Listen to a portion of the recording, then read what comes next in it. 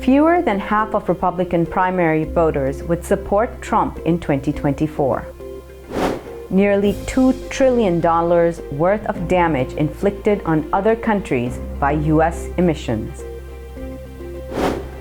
In Bethlehem, rights groups Billboards say Israel is apartheid, ahead of Biden visit. WHO chief concerned coronavirus cases and deaths rising again. Afghan asylum seekers in Pakistan protest for better living conditions. Indonesian culinary legends' desserts stand the test of time.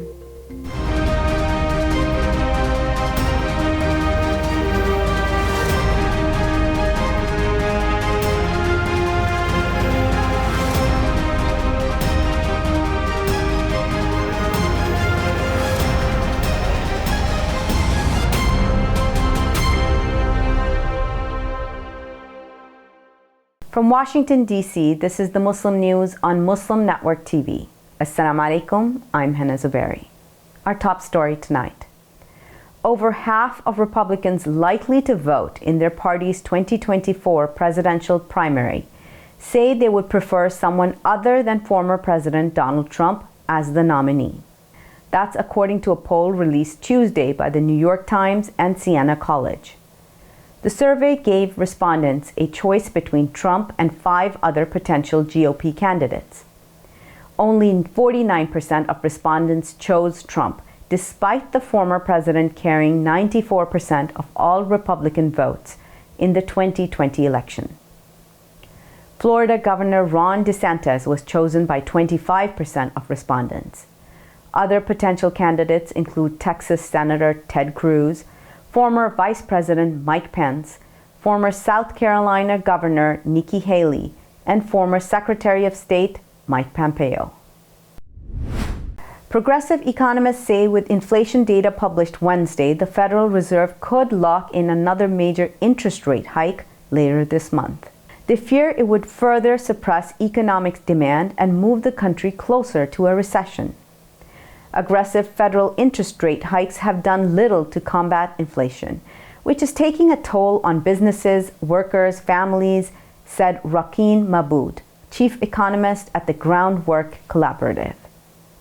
Further rate hikes would push millions out of work and raise the risk of a recession, Mabood said. The Department of Labor's Consumer Price Index figures for June landed above analyst forecasts at 9.1% year over year. Experts stress the numbers don't reflect key developments that could signal a slowdown in price surges, resulting in higher rent, grocery costs, and other expenses. On Wednesday, Senator Bernie Sanders criticized fellow members of U.S. Congress for working to approve billions of dollars in handouts to major corporations. He was referring to the long-stalled United States Innovation and Competition Act.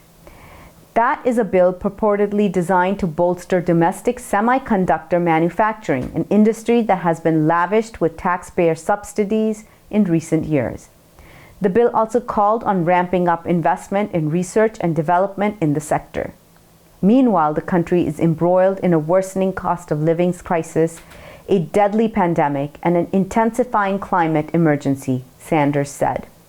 For 2 months, a 107-member conference committee has been meeting behind closed doors to provide more than $50 billion worth of aid with no strings attached to the microchip industry.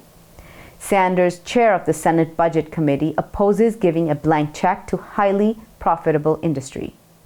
He says lawmakers instead should be talking about health care for all, making higher education affordable, and combating climate change. The U.S. has caused more than $1.9 trillion in damage to other countries from the effects of its greenhouse gas emissions, a new report says. The huge volume of planet-heating gases pumped out by the U.S. has caused harm to others, mostly poor countries, through heat waves, crop failures, and other problems. The U.S. is responsible for $1.91 trillion in lost global income since 1990, the study found. It puts the U.S. ahead of China, currently the world's leading emitter of greenhouse gases. Russia, India, and Brazil are the next largest contributors to global economic damage through emissions. Combined, these 5 countries have caused a total of $6 trillion in losses worldwide. On Wednesday, President Joe Biden started a Middle East tour in Israel, where leaders will urge tougher sanctions against their common enemy, Iran. That's before Biden's visit on Friday to Jeddah, Saudi Arabia, which is the focus of his tour. Biden has branded Saudi Arabia a pariah over the 2018 murder of dissident Saudi journalist Jamaal Khashoggi. Air Force One will make its first direct flight from Israel to Saudi Arabia. Biden's visit aims to forge a relationship between the Jewish state and the Gulf Kingdom that does not recognize Israel's existence. Biden will meet Israeli leaders seeking to broaden cooperation against Iran. He will also meet Palestinian leaders angered by Washington's failure to curb Israeli aggression.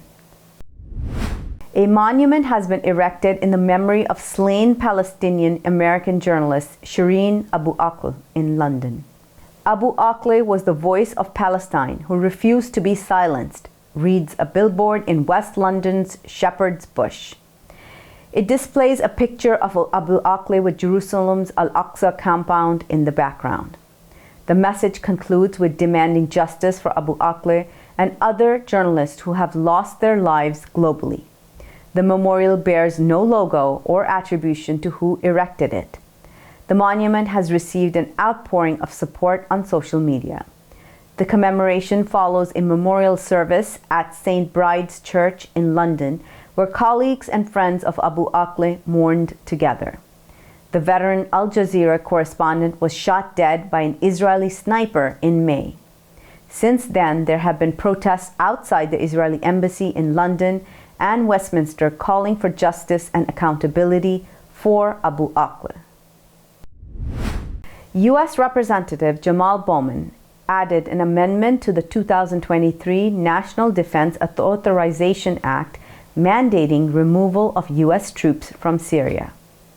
The amendment seeks to prevent U.S. military presence in Syria without congressional approval. A separate amendment by Bowman, a New York Democrat, requires public disclosure about the cost of U.S. overseas military operations. The Rules Committee completed its review of more than 1,200 amendments late Tuesday, finalizing 650. Another amendment by a Republican representative seeks a ban on funds distributed to Iran-backed militia groups in Iraq, which has been approved. The NDAA now heads up to pertinent committees for further discussions. World Health Organization is concerned with rising COVID cases and deaths. Details after the break. Stay tuned, and we'll be right back after these messages.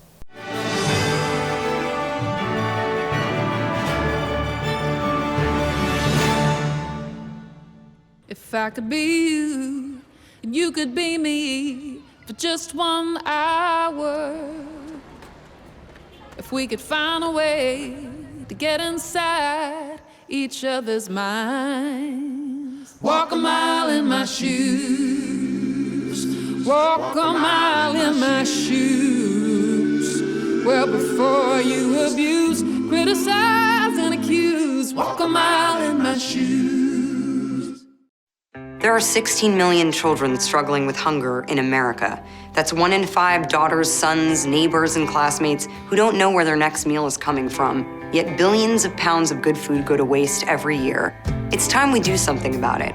Feeding America is a nationwide network of food banks that helps provide meals to millions of kids and families in need. Visit feedingamerica.org to help them feed even more. Together, we can solve hunger. Together, we're feeding America. Mr. Speaker, if I decide to wear a turban, or you decide to wear a cross, or he decides to wear a kippah or a skull cap, or she decides to wear a hijab or a burqa, does that mean that it is open season for right honourable members of this House to make derogatory and divisive remarks about our appearance?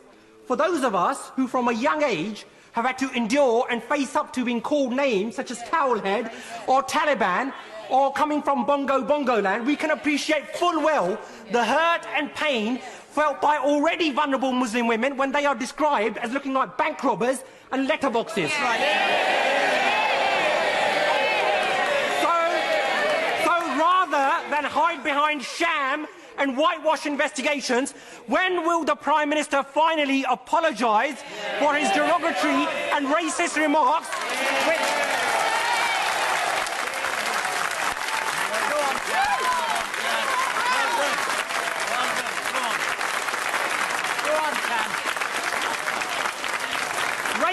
racist remarks, Mr. Speaker, which have led to a spike in hate crime? And given the increasing prevalence of such incidents within his party, when will the Prime Minister finally order an inquiry into Islamophobia within the Conservative Party, something which he and his Chancellor promised on national television?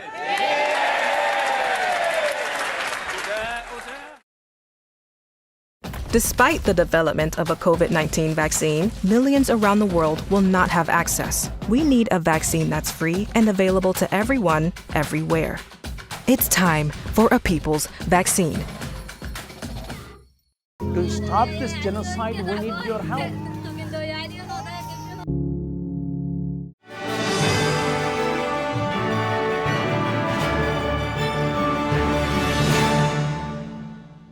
Welcome back. On Tuesday, the head of the World Health Organization expressed concern that coronavirus cases and deaths are climbing, while monkeypox is also on the rise. So far, there have been 9,200 cases of monkeypox reported in 63 countries. Rising COVID-19 deaths are straining already stretched healthcare systems and health workers, said Tedros Ghebreyesus. The virus remains a public health emergency of international concern, he said, noting it was at the WHO's highest alert level. Ghebreyesus said subvariants of Omicron like BA4 and BA5 continue to drive waves of cases, hospitalizations, and deaths worldwide. Surveillance, including testing and sequencing of the virus, has reduced significantly. That makes it more difficult to assess the impact of variants on transmission, disease characteristics, and the effectiveness of countermeasures, he said. On Tuesday, the International Red Cross warned that millions of people are at risk of severe hunger in the coming months. Extreme poverty, inequality, and food insecurity are rising, particularly in parts of Africa and the Middle East, the group warns. The International Committee of the Red Cross said that the conflict in Ukraine has contributed to a sharp increase in fuel, fertilizer, and food prices. There's still no large-scale solution to alleviate the pressure the war is creating on populations dependent on grain exports from Russia and Ukraine. Robert Mardini, ICRC Director General, said armed conflict, political instability, climate shocks, and the secondary impacts of COVID-19 pandemic have made it worse. Afghan asylum seekers in Pakistan who fled war and violence in their homeland held a protest demanding better living conditions. Nearly 2,000 Afghans have been demonstrating in front of the press club in the capital Islamabad for more than 2 months. They pitched tents in front of the building during summer months where the temperatures exceed 100 degrees Fahrenheit. Asylum seekers, including Afghans, Tajiks, Uzbeks, and people of different ethnic origins, demand treatment in hospitals, education in schools, and suitable accommodation. They claim they have been struggling with weather conditions and malnutrition. Asylum seekers say they have applied to the United Nations Higher Commission for Refugees, but have not been granted refugee status. Armed with mobile phones, tripods, and laptops, a Somali startup staffed entirely by women is on a mission to break the silence around gender violence. Bilan Media is funded by the UN Development Program. Bilan means beauty in Somali. It operates out of the offices of Daisan, a popular television and radio station based in the capital, Mogadishu. Its team of 6 journalists aims to challenge patriarchal norms by producing shows that focus on women. That includes profiles of prominent Somali women and coverage of issues often considered too sensitive for public broadcast in Somalia. They're breaching subjects such as domestic violence and rape. Bilan editor-in-chief Nasreen Mohammed Ibrahim said roughly 80% of the program will focus on stories people may find shameful. Bilan's media's young journalists are all under 28 and have worked in local media outlets before joining Ibrahim's team. Customers flock to the Indonesian city of Yogyakarta, famed for its street food scene, anticipating a local culinary legend. A small and frail sarong-clad woman riding on the back of a black motorcycle holds a basket carrying the sweet snacks she has been selling for more than half a century. Mebah Satinem was the city's best-kept secret for decades. Today, the 76-year-old is a cooking sensation after springboarding to fame in the 2019 Netflix series Street Food Asia. Every day, she opens her stall before dawn and prepares traditional market snacks known as jajan pasar. A selection of treats, including an Indonesian sweet cake known as lupis, made from glutinous rice, is displayed on a banana leaf.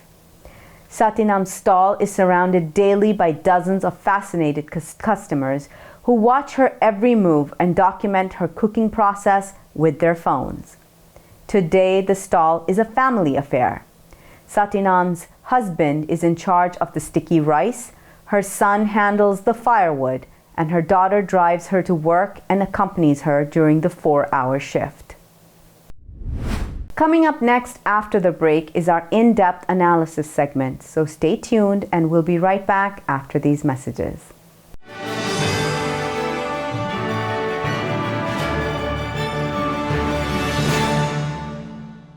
If I could be you, and you could be me for just 1 hour.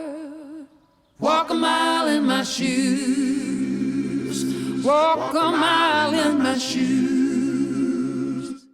Despite the development of a COVID-19 vaccine, millions around the world will not have access. We need a vaccine that's free and available to everyone, everywhere. It's time for a people's vaccine.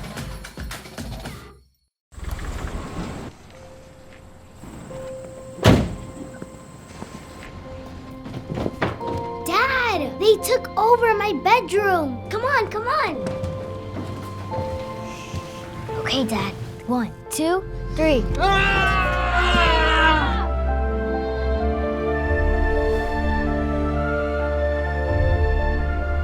Dad!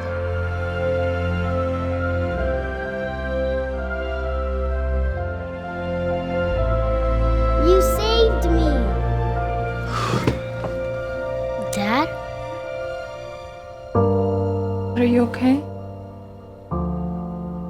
I'm fine, dear.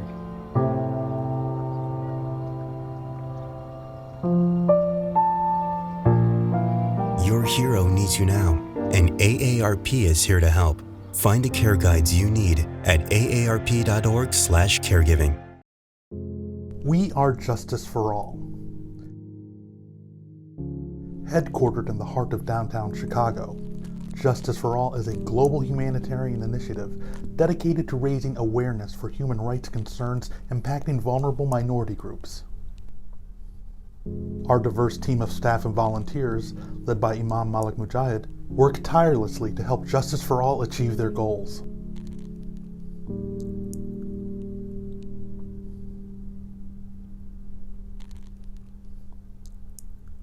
We promote policies that protect religious freedom, address the root causes of mass displacement, and recognize the plight of refugees and forced migrants.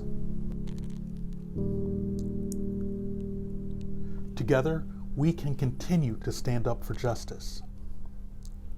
Justice for all.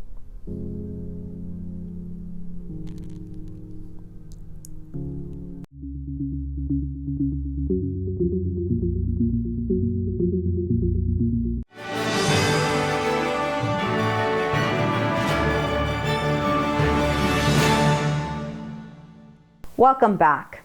Israel shields alleged killers of U.S. citizen. U.S. government goes along. To discuss this in detail, let's go to Edward Ahmed Mitchell. Over to you, Edward. Thank you, Hena. And now we'd like to discuss news coming out of the Middle East today. As you all know, President Biden is visiting Israel and Palestine as part of his tour of the region. And the family of Sheen Abu Akleh and many other Palestinians and Palestinian Americans are very upset about the way President Biden has handled her assassination by an Israeli sniper. We want to discuss today not only Shireen's situation, Shireen's murder, but also whether or not there is a pattern of the United States not reacting in a serious way to the murder of Palestinians. To discuss this, we'd like to welcome our guest today, independent journalist and investigative journalist David Sheen, who has been living in and reporting from Palestine for over 10 years and reporting on the occupation there. David, thank you so much for joining us today. Thanks for having me. A pleasure. So first, tell us a bit about yourself and your work in the region so people have a bit of an understanding of your reporting interests and expertise. Sure. I've been reporting from the ground since 2010 for dozens of different journals, local, regional, and international journals. A lot of the focus, I've been reporting on the different African communities in the country, various African communities, and also I've been reporting closely on extremist groups and religious fundamentalist groups. Sadly, are in a resurgence. We're in a Renaissance era where these groups are only gaining in power across the country in the political sphere. So that's been the focus of my reporting on Jewish Israeli society and the most extremist groups coming out of that society. Understood. So right now, President Biden is visiting Israel. He met yesterday with Prime Minister Lapid. He has also met with numerous other leaders of Israeli society. He has not met with the family of Sheen Abu Akleh as of yet, and we have no expectation that he will do that. Can you tell us about what has been the reaction in Israel to the assassination, the murder of Sheen, and what is the reaction to President Biden's visit so far? Mm-hmm. It's sad to say that, unfortunately, you would think that there would be some kind of red line, perhaps the maiming or killing of a journalist while they're performing their duty would be something that would shock Israeli people out of, their complacency and say, wait a second, something's going off the rails here. If we're at the point where we can just pick off journalists willy-nilly and not even have to answer for it. No soldier is held accountable. No commander is held accountable. We don't even look at the procedures through which, shooting takes place by Israeli forces. But we see none of that, sadly.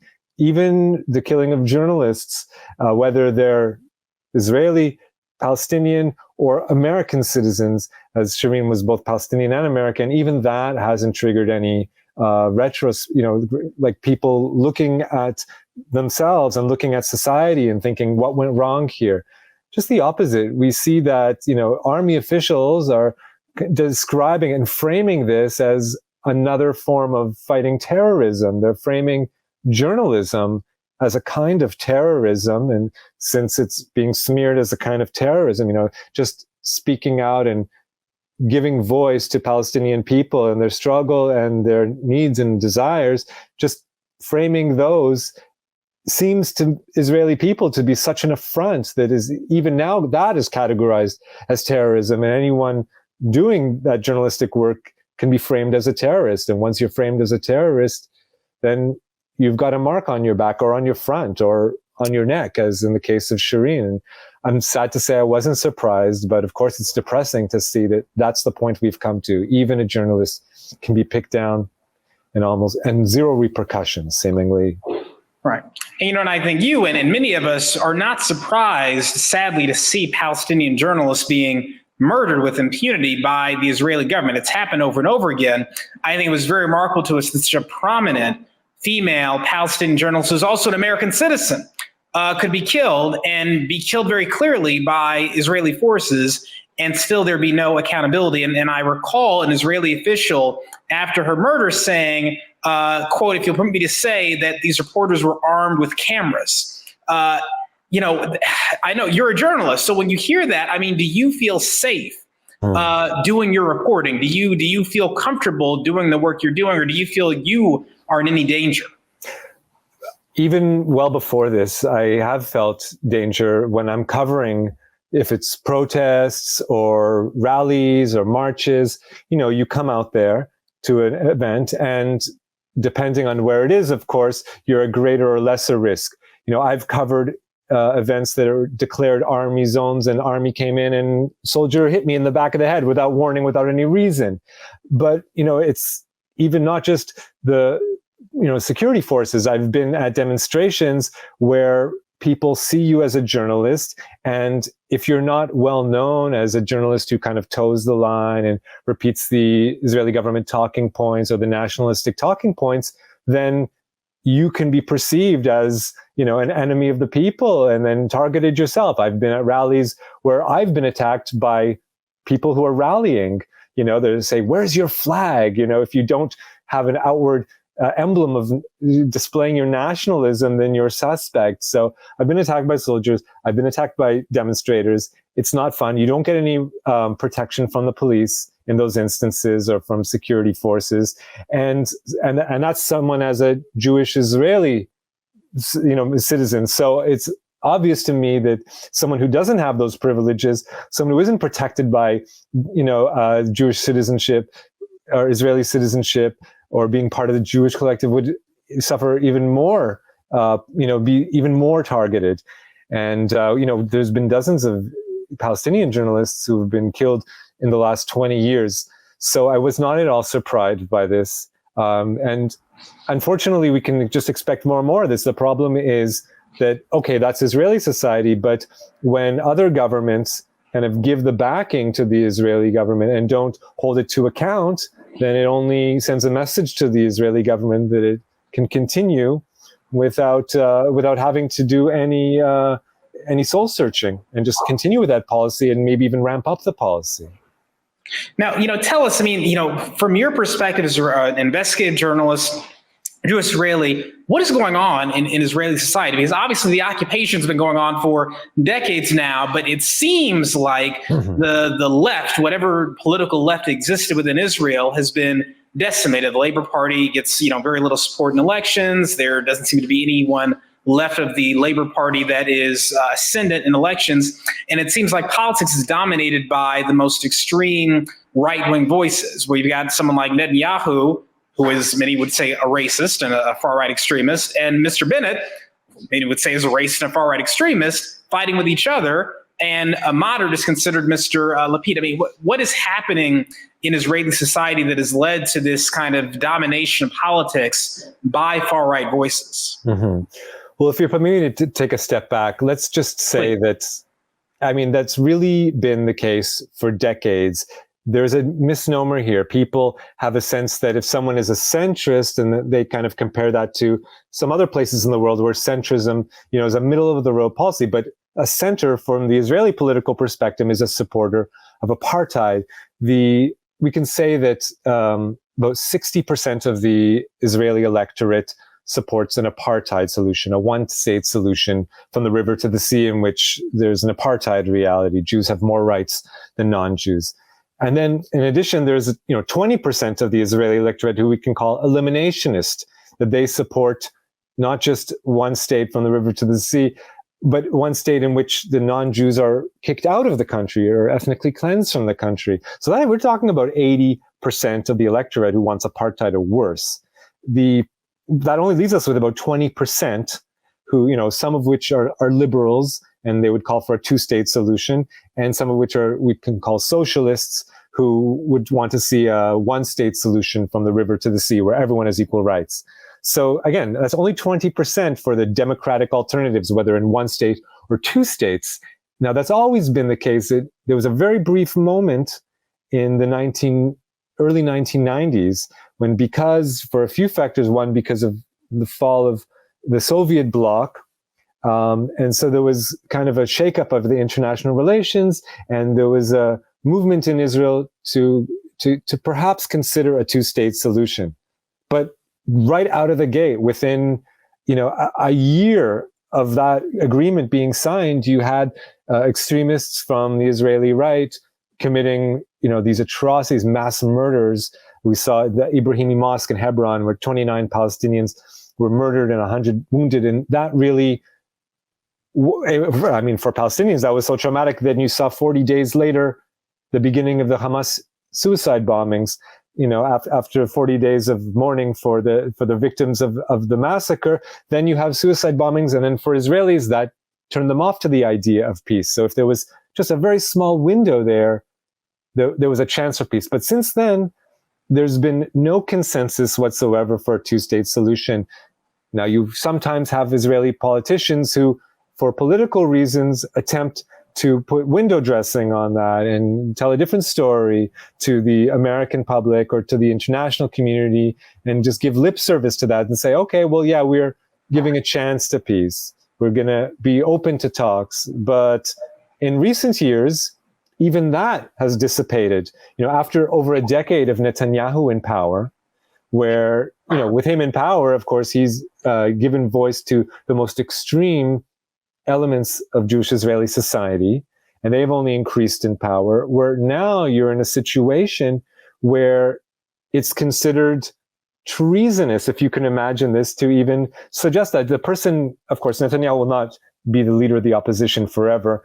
There's people who are already gearing up to challenge him in the next election cycle. One of the top candidates for that is the former mayor of Jerusalem, Nir Barkat. He was recently asked, he said, to support the two-state solution is support for terrorism. I mean, that's absolutely psychotic to make such a claim. No intelligent person who has their words, who has to speak out in front of a North American audience or English-speaking audience, whatever, makes such a claim publicly. But within Israeli society, because there's a groupthink, because everyone consumes their news in Hebrew, only Israel is the only country that speaks in Hebrew, so it's very much a closed society. And within that Hebrew discourse, it's actually come to the point where to advocate for a two-state solution is akin to terrorism. To even say such a thing, you're putting yourself beyond the pale. So that's where we're at today. There's the people who advocate for a two-state solution or a one-state democracy are so marginalized, so despised that, there's no chance of them getting elected and no chance of them even being able to change Israeli society from within. You put up, let's say you pay money to have a big banner saying, we just saw this last month, a big, big banner of an Israeli flag and a Palestinian flag side by side saying, we want to live together in equality. And this is, Tel Aviv, right? We're talking about the metropole, not some small town in the middle of nowhere. We're talking about allegedly the liberal metropole of Israel. And within 24 hours, these massive posters were taken down, forced to be taken down because there was such an outcry by politicians demanding that they be removed, because just the suggestion that Israelis could want to even ask for a future that didn't depend on permanent apartheid, just the possibility of peace is so anathema to Israeli society that it was removed within a day. You can't even speak out for peace in this society. To do so puts you beyond the pale.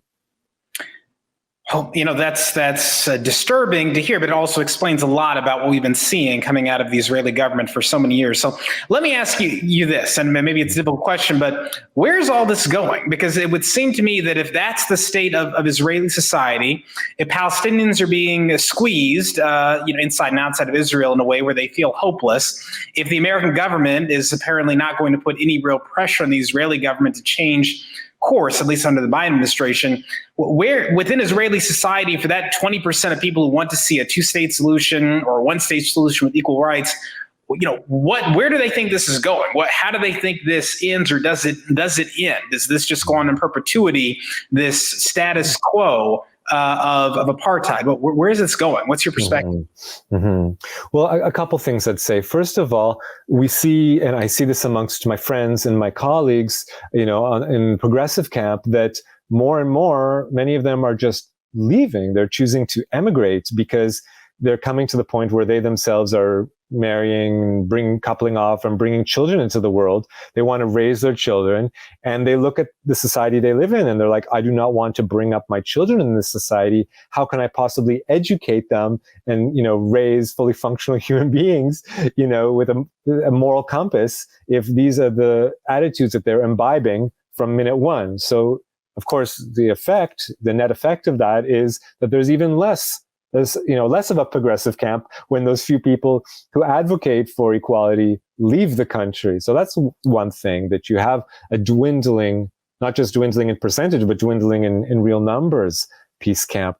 And the other thing we see in recent years is the ascent of the messianic camp. Now, briefly, if I described the domination camp that wants apartheid and the elimination camp that wants ethnic cleansing, generally the elimination camp, they generally framed their desire in religious language and said, well, that's maybe that's the vision I seek for the country, a country free of non-Jews, but that's far off in the distance. Only God will bring that into being. That's not for me to bring into. I'm not going to physically make that manifest. That's our ultimate vision. That'll happen in a messianic era. But now what we see is that because Israel has total impunity, that over the years, and because Israel just expanded and expanded without any pushback, that the religious camp is starting to come to a point where they're like, well, maybe this is the messianic era. After all, there are no forces that can possibly oppose us or roll back these advances, these territorial expansions that we've made. And so people are saying, well, the messianic age is now. It's time for us to bring this into being with our own actions. And so you now have people openly and advocating ethnic cleansing, not sometime in the distant future for God to bring into practice, but now for citizens and for the government to make that happen. And if these ideas were once considered to be on the pale in Israel, let's say in the 80s, when they were first introduced into the Israeli public discourse by extremists like Rabbi Meir Kahane, at that point, the Knesset, even the right wing, even the Likud party, Netanyahu's Likud party, was grossed out by open admissions of racism and incitement to racism. That was just a step too far for them. And in fact, they passed laws to make it illegal to continue to be a lawmaker in the Israeli Knesset and to openly advocate racism. But that was the 80s. Now, decades later, the Messianic camp has grown and become mainstream thanks to Netanyahu. And so now it's that camp, that party, the Messianic party of Meir Kahane, has re-entered the Knesset after 33-year absence, and they're openly, increasing their popularity base. The point, it's not just that they're increasing in popularity. The media is allowing that to happen by giving them free reign. It's the Messianic lawmakers from the Messianic camp that get the most amount of airtime on Israeli TV. They're the most popular, that are the most welcome on Israeli talk shows to spew their bile and to, increase their popularity by winning adherents over to their cause. And so now in the next election, and we're going to see now another election, maybe the 5th election in 4 years in rapid succession, we're now talking about that party, the Jewish Power Party,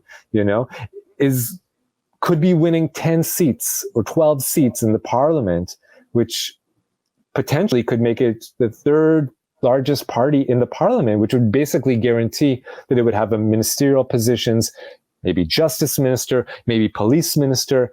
At that point, we're already at the point where apartheid laws are implemented and we don't get any pushback. But when we have the Messianic parties in power, it's going to get even more outrageous.